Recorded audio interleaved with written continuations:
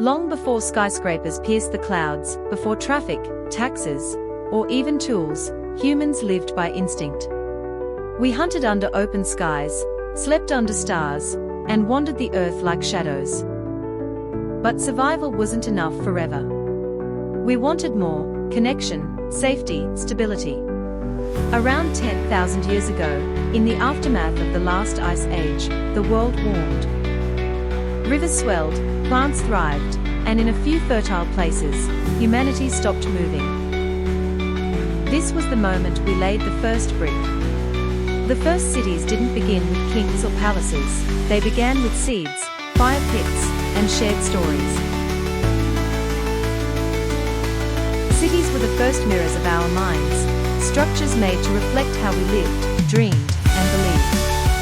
And the echoes of those first walls still shape our world today. In central Anatolia, around 7,500 BCE, the world's earliest large settlement emerged, Çatalhöyük. No streets, no doors. Instead, people entered their homes through rooftops, walking over each other's homes like sidewalks. These flat-roofed homes formed a honeycomb of human life, compact, connected, and cooperative. The dead, buried beneath the floor. Inside, people painted sacred animals, mother goddesses, and hunting scenes. The living and the ancestors, sharing space under one roof. This wasn't just a place to live.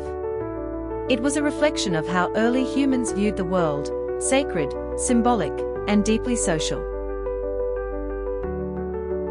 Fast forward to 4000 BCE, welcome to Uruk.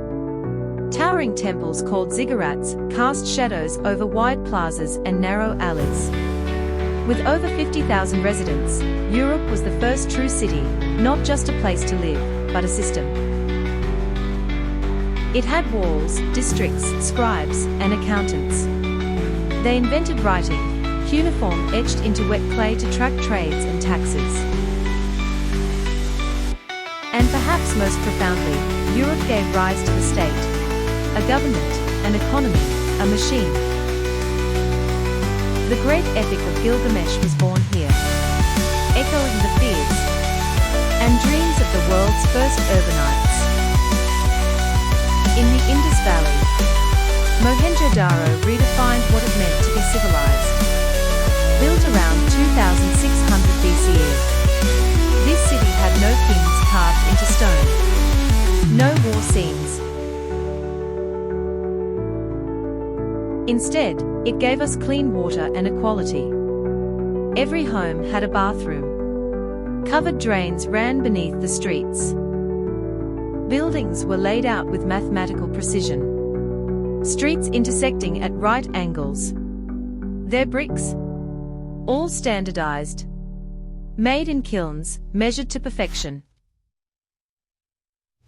They built not for glory, but for function. And that is perhaps the greatest glory of all.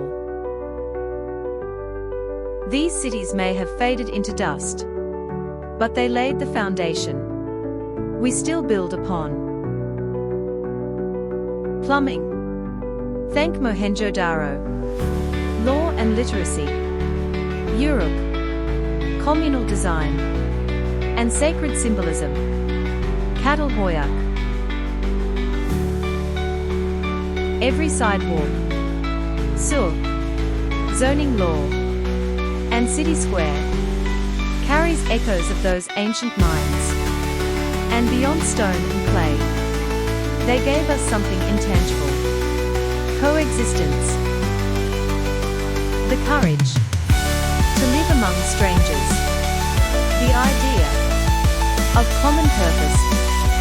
Cities were humanity's first great collaboration, and our first great compromise.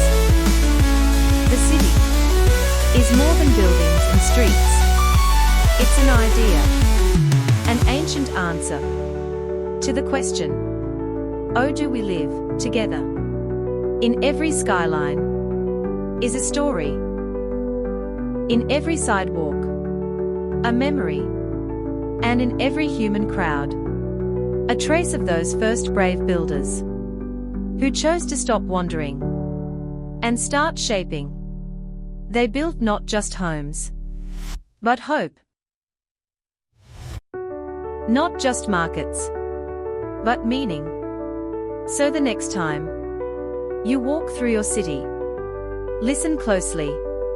Beneath the car horns, the concrete, and the chaos, you might just hear the heartbeat of Çatalhöyük, the song of Uruk, the whispers of Mohenjo-Daro.